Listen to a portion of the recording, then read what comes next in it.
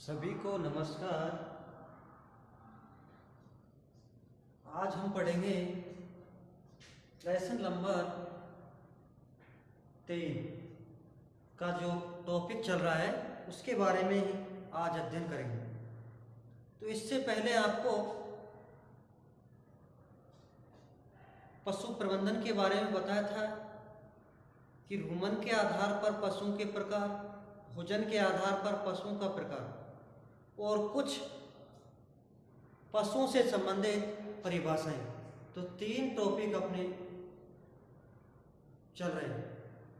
तो पशुओं से संबंधित परिभाषाओं में आपको क्रिप्टोकाइज्म तक बता दिया गया है।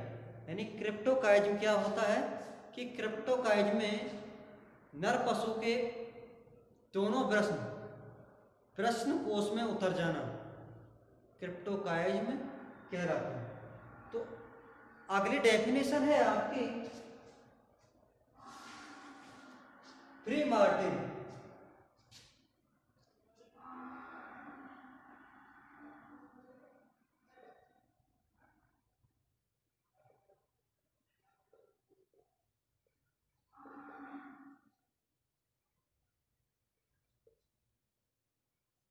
अगली डेफिनेशन है आपकी फ्री मार्टिन।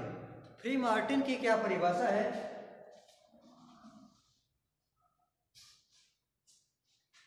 जब मादा पशु के गर्भाशय में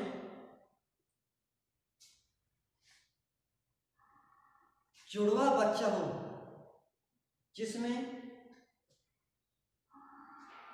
नर सामान्य हो और मादा बांझ हो, तो ऐसे बच्चों को फ्री मार्टिन के नाम से जाना जाता है। तो इसकी डेफिनेशन है वह है मादा पशु,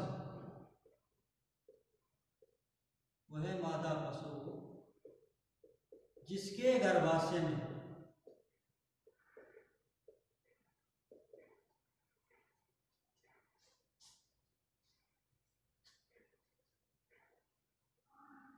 जुड़वा बच्चा हो, जिसके गर्भाशय में जुड़वा बच्चा हो,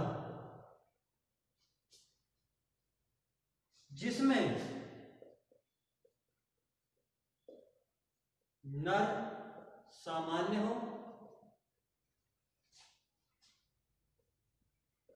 और मादा बांझ हो।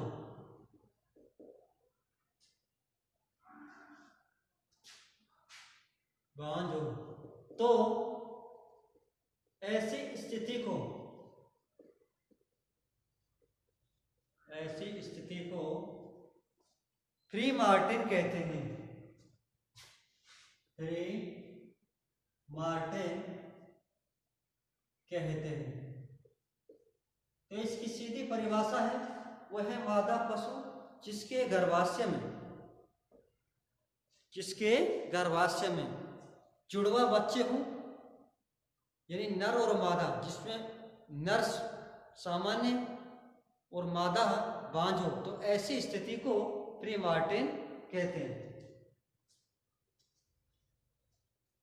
अगली डेफिनेशन है आपकी स्टेबल।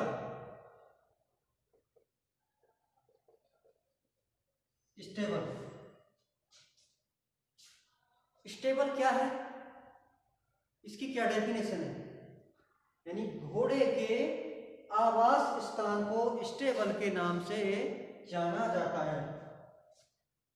घोड़े के आवास स्थल को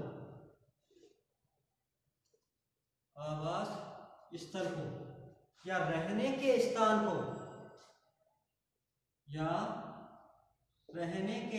को स्टेबल कहते हैं। स्थान को स्टेबल कहते हैं। अगली डेफिनेशन है आपकी स्टे।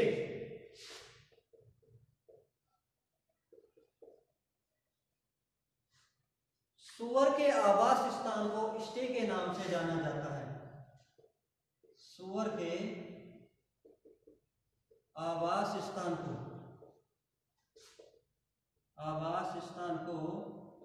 स्टे कहते हैं।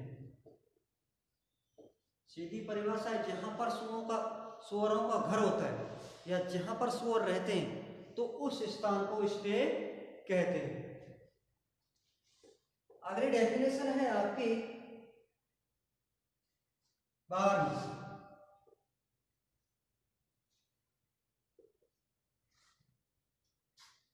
इसकी क्या परिभाषा है? गाय भैंस के स्थान को बार्न कहते हैं। गाय भैंस के स्थान को बार्न कहते हैं, यानी जहां पर गाय भैंस रहते हैं उस स्थान को बार्न कहते हैं। क्या कह सकते हैं? बाड़ा।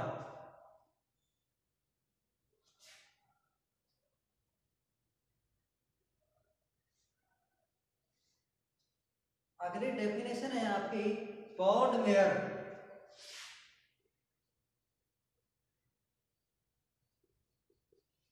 पॉडमेयर, पॉडमेयर क्या है?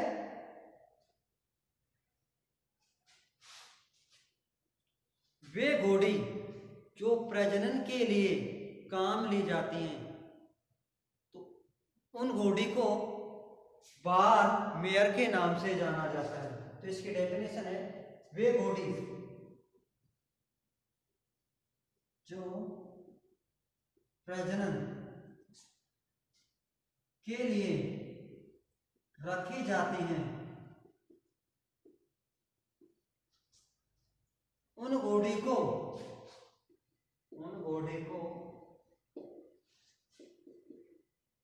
पॉड मेयर कहते हैं।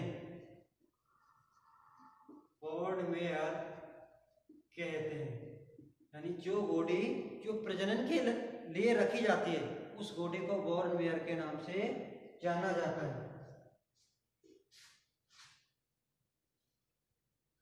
अगला है नोलिपेरिया।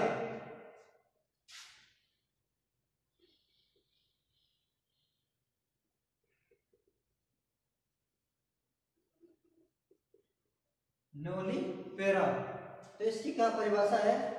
ऐसी मादा पशु जो एक बार गर्भित नहीं हो या नहीं हुई हो, तो ऐसी मादा को नोलिपेरा के नाम से जाना जाता है।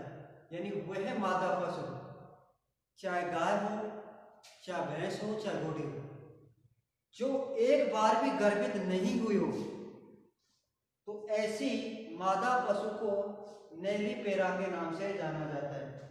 ऐसी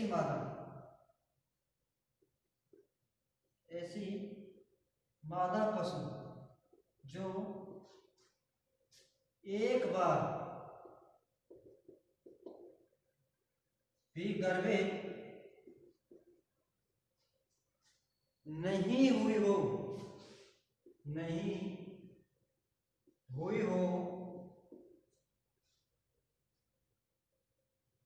तो उस मादा को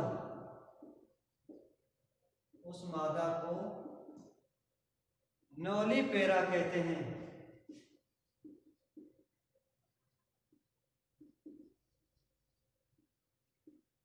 नोलिपेरा कहते हैं। सीधी परिभाषा है, वह मादा पशु जो एक बार भी गर्भित नहीं हुई हो, ऐसी मादा को नोलिपेरा कहते हैं। अगली परिभाषा है आपकी प्रेमीपेरस।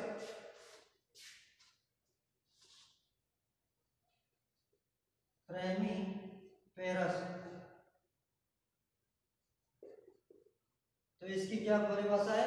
वह मादा पशु जो एक बार गर्भित हुई हो, तो उस मादा को पेरी या प्रेमीपेरा पेरस कहते हैं। तो इसकी सीधी परिभाषा है, वह मादा पशु जो एक बार गर्भित हुई हो, तो ऐसी मादा पशु को या ऐसे पशु को प्रेमीपेरस कहते हैं।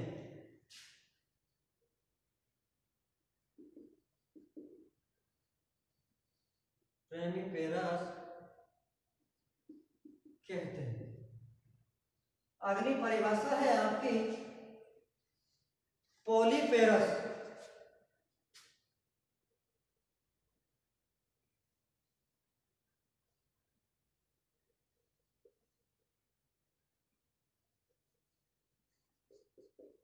पॉलीपेरस, तो इसकी परिभाषा है वह मादा पशु जो अनेक बार गर्भित हुई हो, ऐसी मादा को पॉलीपेरस कहते हैं। वह मादा पशु जो अनेक बार गर्भित हुई हो, तो ऐसी मादा को पॉलीपेरस कहते हैं। तो इसकी परिभाषा है वह मादा जो अनेक बार गर्भित हुई हो, तो ऐसे पशु को पॉलीपेरस कहते हैं। ऐसे पशु को पॉलीपेरस कहते हैं। पॉलीपेरस कहते हैं ऐसे पशु। तो यह आपकी लगभग 8-10 डेफिनेशन होगी।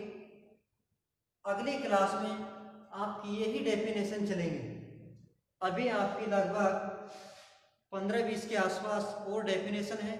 तो इन डेफिनेशनों के बारे में जानना बहुत जरूरी है, क्योंकि जो आगे के चैप्टर हैं या लेसन हैं उनमें इन्हीं के द्वारा बंटवारा किया गया है। ये सारी डेफिनेशन अगले लेसन में आपके आएंगे। तो सबसे पहले पशुओं से संबंधित परिभाषाओं का जानना बहुत ही जरूरी है। आगे आपके एक सारणी भी आएगी जिसमें कुछ शब्दावली होंगी। फिर आपके अगला टॉपिक में आएगा कि जूलॉजिकल नेम, विभिन्न पशुओं का जूलॉजिकल नेम, वो भी आपको जानना जरूरी है। तो आपकी अभी इसमें 10, 15 या 20 के आसपास और डेफिनेशन है। फिर इसके बाद पढ़ेंगे हम कुछ टर्म, और उसके बाद पढ़ेंगे फिर बायोलॉजिकल नेम। तो आज के लिए इतना ही काफ़ी है। Thank you.